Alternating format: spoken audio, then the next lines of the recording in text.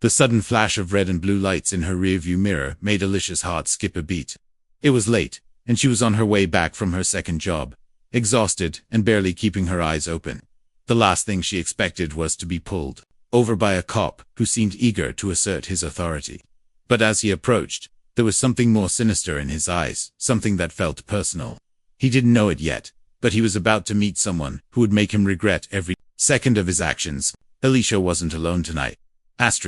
The night air had a chill to it, as Alicia Davis cruised down the dimly lit streets of her city. It was well past 10 p.m., and the roads were mostly empty, save for the occasional car passing by. The headlights of her sedan cut through the quiet darkness, a sense of calm in the stillness of the night. Alicia was tired. In fact, she'd just finished her second job of the day, managing an overcrowded retail store, helping customers who never seemed to stop coming. She didn't mind the work. It was the hours that wore her down.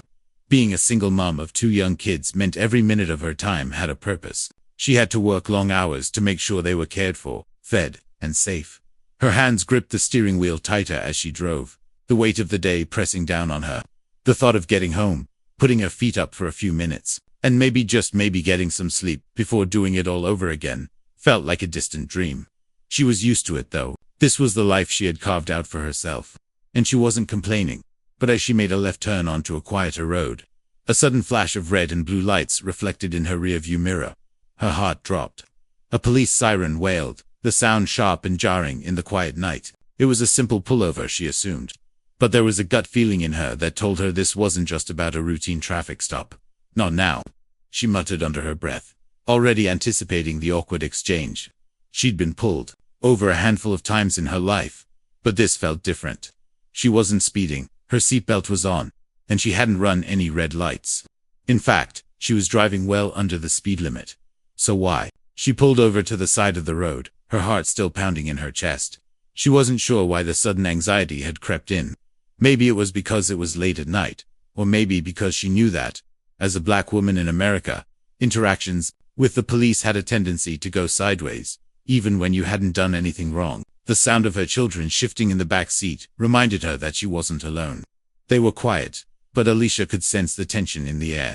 She forced a deep breath, trying to calm her racing thoughts. The officer's car rolled to a stop behind hers, and she saw his silhouette through the rearview mirror, standing tall as he approached. Alicia's hands felt clammy as she put the car in park, glancing nervously at her kids. They were staring straight ahead, but Alicia knew the questions would come soon. Why is the policeman stopping us, Mummy? Her daughter Sophie was only 7, but her young mind was already full of curiosity. Alicia didn't want to explain the harsh realities of life to her just yet. The officer finally arrived at her window. He was tall, probably in his 30s, and his uniform was freshly pressed. His boots clicked sharply against the pavement as he walked toward her car. When he reached the window, his face was expressionless, and his eyes seemed to be scanning her every movement. "Good evening, ma'am," the officer said, his voice flat. "Do you know why I pulled you over?" Alicia's mind raced. Did she do something wrong? No, she couldn't think of anything. Her instinct was to answer calmly, but firmly. "No, officer. I'm not sure. Is there a problem?" The officer didn't immediately respond. He just stood there, looking at her, before glancing over his shoulder at the empty street behind him. Alicia could feel the air around them change. There was something in the officer's eyes, something cold, as though he was already sizing her up, deciding that she had something to hide. "I'll need to see your license and registration," the officer said after a long pause, his voice distant and authoritative. Alicia nodded slowly. She didn't want to escalate the situation, so she reached for her purse, trying to steady her hands. Her heart was still racing, and the children in the back seat were now whispering to each other. Alicia handed over her license and registration. With practiced calm, the officer took them without a word and began to walk back toward his patrol car. Alicia couldn't help but watch him, her mind running 1,000,000 miles a minute. Why had he pulled her over? Was it just a routine stop? Was it because of the area she was in, an area where people like her didn't often get the benefit of the doubt? Or was it something else entirely? Minutes ticked by as the officer remained in his car, presumably running her information. Alicia shifted in her seat, glancing at her rearview mirror to check if the kids were okay. Sophie had her hand pressed against the glass, staring out at the dark road. A part of Alicia wanted to reassure her, to say that everything was fine, But the truth was, she wasn't sure. The minutes stretched on. And still, no sign of the officer. Then, just as Alicia began to consider the possibility that this was just another simple stop, the officer walked back to her car. But this time, something was different. He wasn't smiling. He wasn't polite. He looked at her like she was a suspect. "You've been flagged for suspicion," the officer said, his tone more aggressive than before. "Suspicion? I haven't done anything wrong," Alicia replied, her voice trembling, though she kept her eyes steady on the officer's face. "You're in a high-crime area," the officer said. "There's a history of drug activity around here. You fit the profile." The words hit Alicia like a punch to the stomach. She was stunned, her mind racing to make sense of what was happening. Was this a racial profiling situation? She couldn't believe it. She had been pulled over, simply because of where she was driving. Alicia opened her mouth to respond, but before she could speak, another voice interrupted. "Is there a problem here, officer?" The voice was unmistakable. It was deep, calm, and carried with it an undeniable authority. Alicia's heart skipped a beat as she turned her head toward the source of the voice. There, walking toward them with the slow, deliberate steps of a man who had seen it all, was her father. Alicia's heart skipped a beat when she heard her father's voice. The calm authority in his tone immediately made her feel safer, but it also sent a ripple of anxiety through her. She had never wanted her father to be involved in one of these situations. She knew how the world viewed him. An older black man, a veteran of the army, who had fought for his country and seen too much. But despite the years of experience, the wisdom, and the respect he commanded in most settings, Alicia knew all too well how easily he could become a target, simply because of who he was, and as much as she wanted to shield him. She couldn't deny that tonight she needed him. The officer, caught off guard, turned sharply toward the approaching figure. He froze for a moment, his posture stiffening, as if the mere presence of another person was an intrusion on his authority. James Davis, Alicia's father, was a retired army veteran who had spent over 20 years serving his country. He had seen combat in wars overseas, and his sense of justice was as sharp as the military training that had shaped him. James didn't need a badge or a uniform to command respect. His reputation had been built on years of honorable service, but in moments like this, it was his life experiences that made him a force to be reckoned with. "Who are you?" the officer asked, his tone far more defensive than before. It was as if the officer had underestimated the situation, thinking Alicia was alone, vulnerable, and without backup. He wasn't expecting the calm but unwavering presence of a man who had seen and experienced far worse than any roadside interaction with the police. "I'm the one she called for backup," James said, his voice steady and unwavering. He stopped a few feet from the officer, not out of fear but out of respect for the boundaries of the situation. He wasn't there to escalate things, but he wasn't about to let this officer trample over his daughter's rights either. "And I suggest you step back and let her go." The officer's eyes narrowed. He clearly wasn't prepared for a confrontation, and the sudden shift in the power dynamics made him uncomfortable. The arrogance that had initially colored his actions faltered under James' gaze. The officer, for the first time, seemed uncertain. His hand hovered near his gun. But it wasn't the tension in his own body he was concerned about. Cliff was the silent threat in the air. James wasn't just an older man standing on the side of the road. He was a veteran, someone who understood the art of discipline, respect, and standing your ground. "Do you know who I am?" James continued, taking another step forward, his calm demeanor a stark contrast to the officer's mounting discomfort. "I served this country for 22 years. I fought for the very freedom you seem so eager to take away from my daughter. Now you're here, questioning her, assuming she's guilty based on nothing more than the color of her skin. You better think twice before you start making assumptions about people you don't know." The officer flinched, visibly taken aback by the weight of James' words. He wasn't used to being confronted like this. The typical routine for him was easy: pull over a driver, ask questions, make a quick judgment, and move on. But this time, something was different. The person he was dealing with wasn't intimidated, and now, he could feel the eyes of a man who had seen enough injustice to last a lifetime. A man who wasn't afraid to call out wrongdoing. James' words hung in the air, sharp and measured. The officer hesitated, unsure of how to respond. There was a moment of silence that seemed to stretch out forever, the only sound the distant hum of passing traffic. Alicia held her breath, watching her father and the officer, knowing that whatever happened next would change the course of the evening. "You don't have the right to search her car," James added, his voice becoming even more authoritative. And unless you can tell me what law she's broken, you need to let her go right now." The officer's face flushed with a mixture of embarrassment and frustration. He had no real reason to hold them up. There was no law being broken, and the suspicion he had originally felt now seemed unjustified in the face of James' calm assertion of their rights. The officer opened his mouth to say something, but the words caught in his throat. He couldn't quite summon the bravado he had started with. Instead, he took a step back, his eyes still glued to James, but now with a flicker of doubt. "I'm just doing my job," the officer muttered under his breath, but it was clear the words lacked conviction. There was no confidence left in his voice, only a desperate attempt to cling to authority that had already been stripped away by James. Unwavering presence. James wasn't done yet. He stepped forward again, his eyes never leaving the officer's. "You're not doing your job. You're abusing your power. You've got a badge and a gun, but you've forgotten what it means to serve. You think because of her skin color, you can treat her any way you want. But let me make this clear. My daughter isn't a criminal, and neither am I. So take your hands off her vehicle and let us go." The officer, now visibly rattled, seemed to weigh his options. The power he had once wielded so confidently now felt like a distant memory. He wasn't prepared for a confrontation like this one that challenged his assumptions, his biases, and his authority all at once. Alicia watched, her heart racing but also swelling with pride. She had always known that her father was a man of integrity, but to see him in action like this, defending her with such calm strength, filled her with a sense of safety she hadn't realized she needed. It wasn't just about being protected, it was about witnessing justice being served in a world that often seemed to forget the value of basic human dignity. Finally, the officer took a step back, his shoulders slumping slightly in defeat. He turned and walked back to his patrol car, his head hung low. "Get back in your car," he muttered, his words dripping with a mixture of frustration and resignation.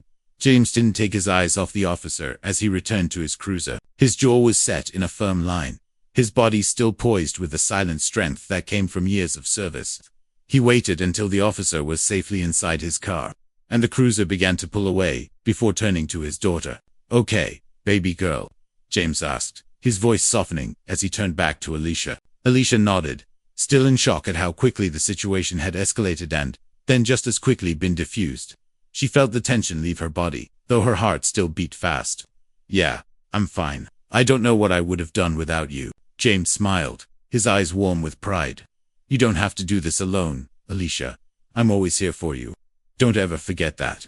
Alicia wiped a tear from her eye, but this one wasn't from fear. It was from gratitude, from the overwhelming sense of love and protection that had enveloped her. She wasn't alone, not with her father by her side, as the police car disappeared down the road. Alicia felt the weight of the moment. She had seen her father stand up for what was right countless times. But tonight, she had seen him do it for her, and that meant everything. She wasn't just a victim in this story. She was a survivor, with a father who was willing to fight for her and her future, no matter what. The road was quiet again, the weight of the moment slowly lifting as the police cruiser disappeared into the distance. Alicia could still feel the tremor in her hands as she gripped the steering wheel, but the tight knot of fear that had been in her chest was loosening. Her father had done what he always did. He had stepped in when she needed him most. She couldn't help but feel a sense of awe as she looked over at him, sitting calmly beside her, his hands folded in his lap as if nothing had just happened. "Are you sure you're okay?" James asked again, his voice filled with concern but not pity. He knew his daughter well enough to know that she didn't want sympathy, just support. Alicia nodded, her voice steady, though the emotions swirling within her were anything but calm. "Yeah, I'm fine. I can't believe that happened. He pulled me over just because of where I was driving. I didn't do anything wrong." James sighed, his gaze distant.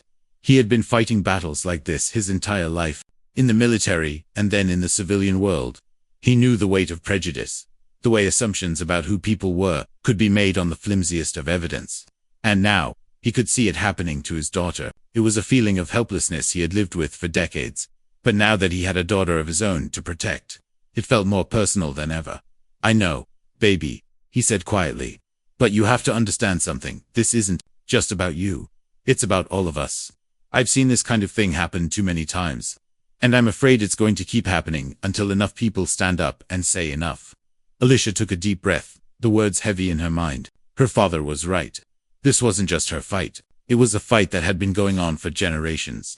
But as she thought about how easily the officer had judged her, She felt a fire spark inside her, a desire to push back, to make sure that this was the last time something like this would happen to her or anyone else she loved.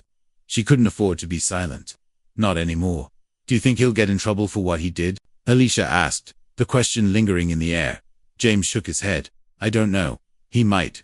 But chances are, he'll get away with it. That's the thing, baby. A lot of times, people with power don't face any real consequences for misusing it, but that doesn't mean we stop fighting. We keep pushing. We keep speaking out. And eventually, we'll make them listen. Alicia felt a surge of determination rise within her. She had always known that the world wasn't always fair, that there were systems in place that favored some while putting others at a disadvantage. But tonight had been different. Her father had stepped in, had spoken up, and had made sure she wasn't treated like a criminal just because of the color of her skin. And for the first time, Alicia felt a real sense of empowerment. She didn't have to tolerate this anymore. She wasn't going to be a victim. She was going to be the voice that demanded change. I'm not going to let this slide, Alicia said, her voice firm and resolute. I'm going to speak up. I'm going to do something about this. I can't just let it go. Her father smiled, pride flashing in his eyes. That's the spirit. You've always been strong, Alicia. You've always had that fire in you. Don't ever let anyone put it out. Not the police, not society, no one. They sat in silence for a few moments, the sound of the car's engine humming as it rolled down the empty street.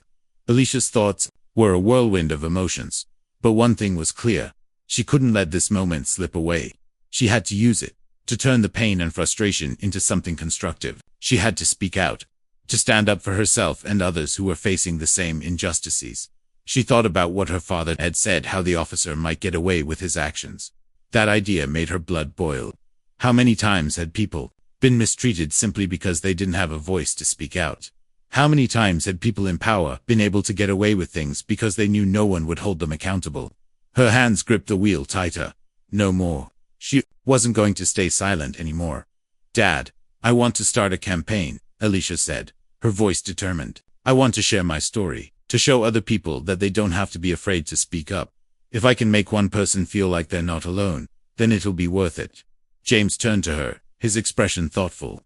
That's a big step, Alicia. Are you sure you're ready for that? Alicia nodded.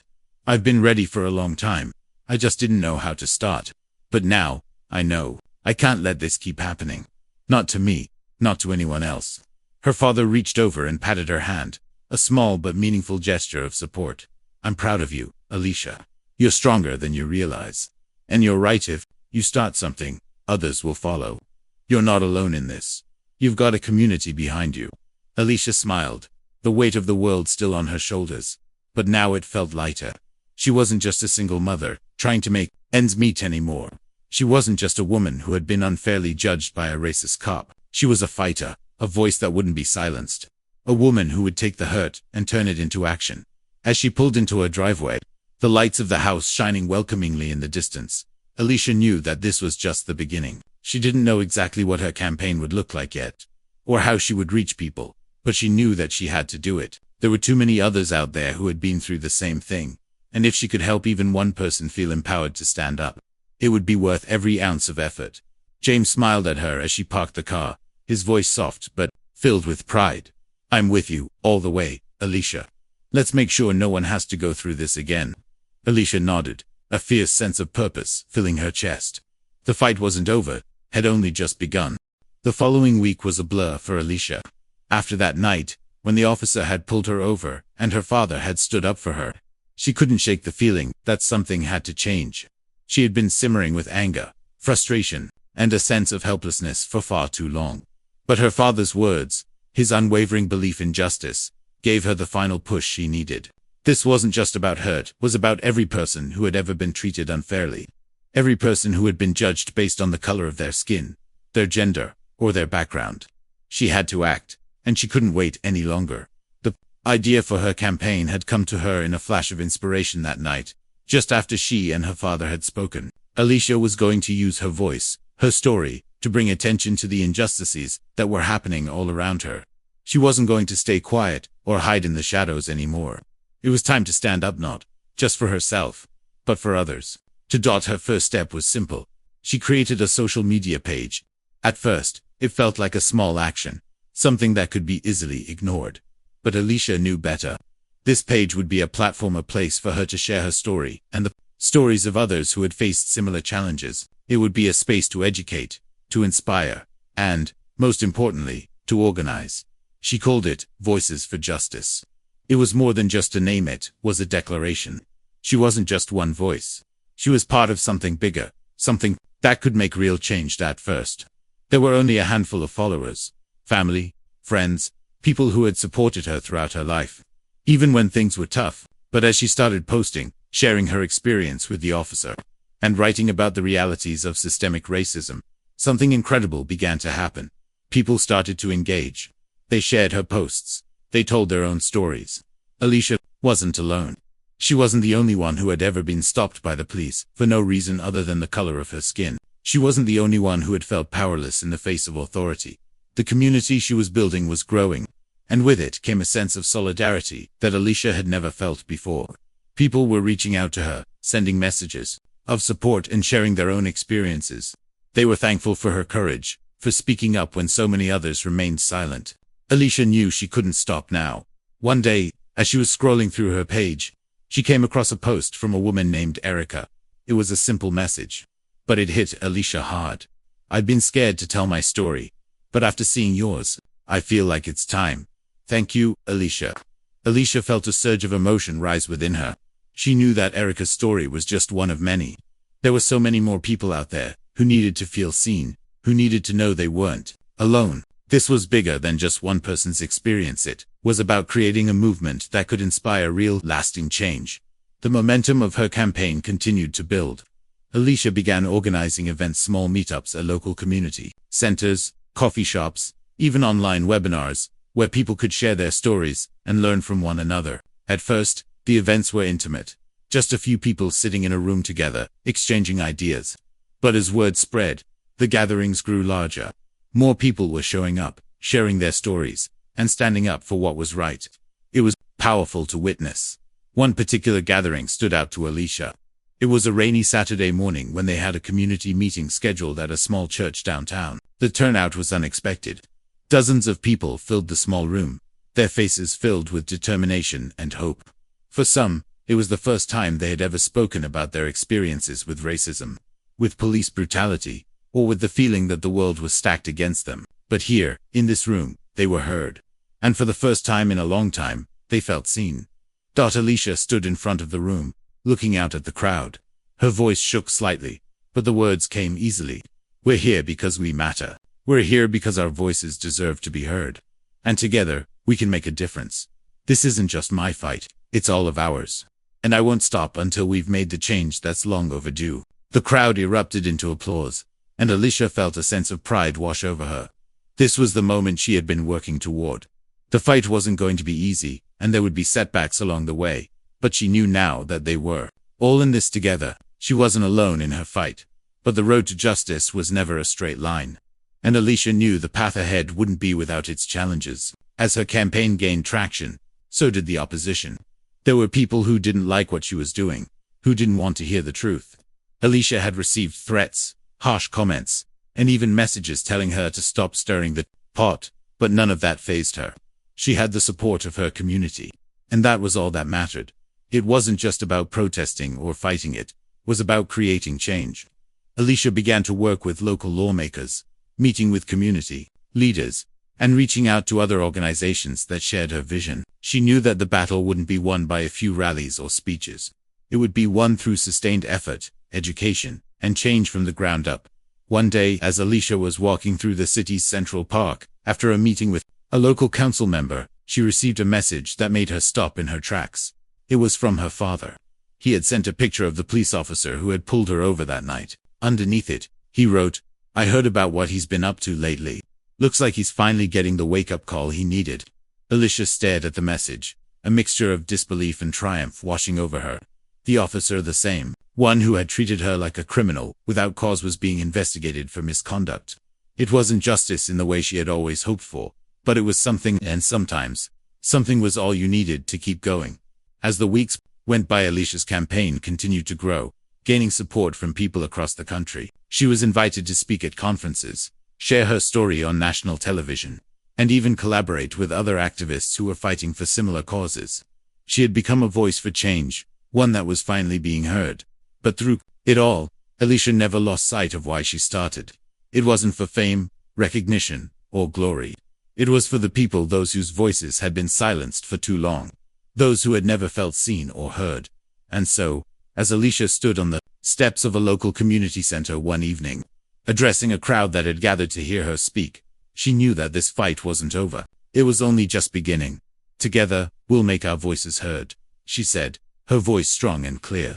"And no one will be able to ignore us anymore." The crowd cheered, and Alicia felt a sense of peace settle over her.